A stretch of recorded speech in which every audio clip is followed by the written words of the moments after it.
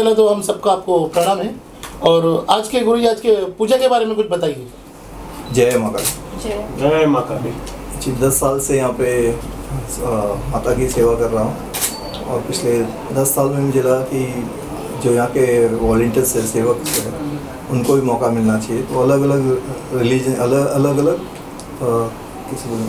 पद्धति से नहीं, वो टेक्निकल करिए सवाल सर। हाँ सर, आज के पूजा के बारे में बताइए। 10 साल से स्पिरिचुअल सोर्स एक ऑर्गेनाइजेशन के फॉर्म में काम कर रहा है।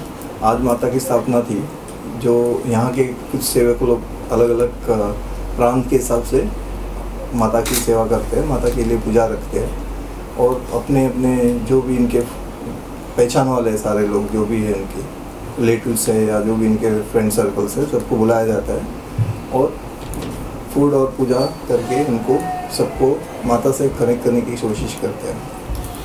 गुरु जी, आपके शिष्य है सूरज माते, आज उनको मौका मिला है वो पूजा करने का, क्या कुछ कहेंगे इसके बारे में? हाँ, बहुत ही अच्छे ढंग से सूरज माटे ने ग्लोबल वाले काफ़ी अच्छे ढंग से उन्होंने ऑर्गेनाइज किया यहाँ। ये पूरी जिम्मेदारी सूरज की थी। इसमें पंडित अरेंज करना हो या फूड अरेंज करना हो या लोगों का या फिर वहाँ पे मैनेजमेंट बहुत ही अच्छे ढंग से करता है। बहुत ही अच्छे ढंग से किया क्योंकि वो ऑलरेडी अच्छा मैनेजमेंट करता है। बाबू जी, आप बताइए, जिस तरह से माता की जब चौकी लगती है, लोग आते हैं, लेडीज़ आते हैं, किस तरह से अरेंजमेंट रहता है? ताकि शीरा देखना पड़ता है, प्रसाद देखना पड़ता है, तो वो सारी महिलाएं फॉलोअप करती है, तो किस तरह से आपका रोल रहता है इसके अंदर? सेवा करने के लिए तो यहाँ पे महिलाएं हैं और जेंट्स वॉलंटियर्स भी बहुत अच्छे से सेवा करते हैं। हमारे लिए सबसे गर्व की बात यह है कि यहाँ पे मौका हमको दे रहे हैं गुरुजी की सेवा करने का।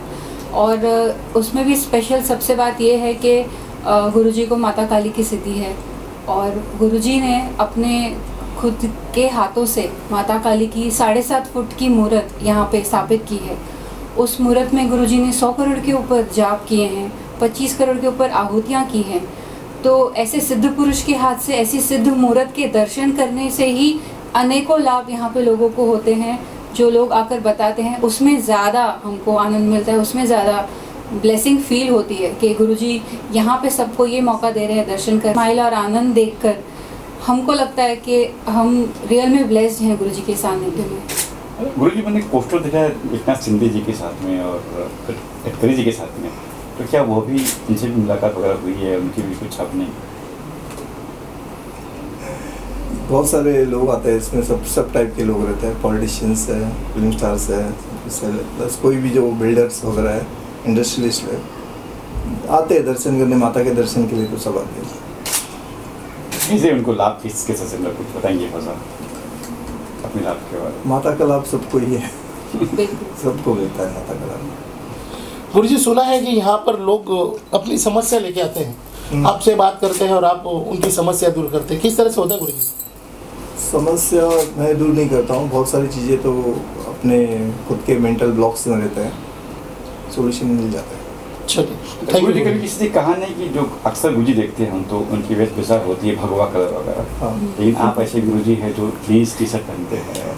हाँ, वो एकदम कॉमन है कि अगर मैं भगवा पहनूंगा तो लोग दूर हो जाते हैं। और आज मुझे चाहिए कि मैं यूथ से कनेक्ट करूँ। बेसिकली आज के इंडिया यूथ कंट्री है, तो इस तरह के इसमें अगर मुझे जोड़ना है तो मैं मोटिवेशन और स्पिरिचुअल एक साथ, आध्यात्म और मोटिवेशन एक साथ जोड़कर ही चीज़ें बताता हूँ, उनके माइंड के हिसाब से यहाँ लाता हूँ।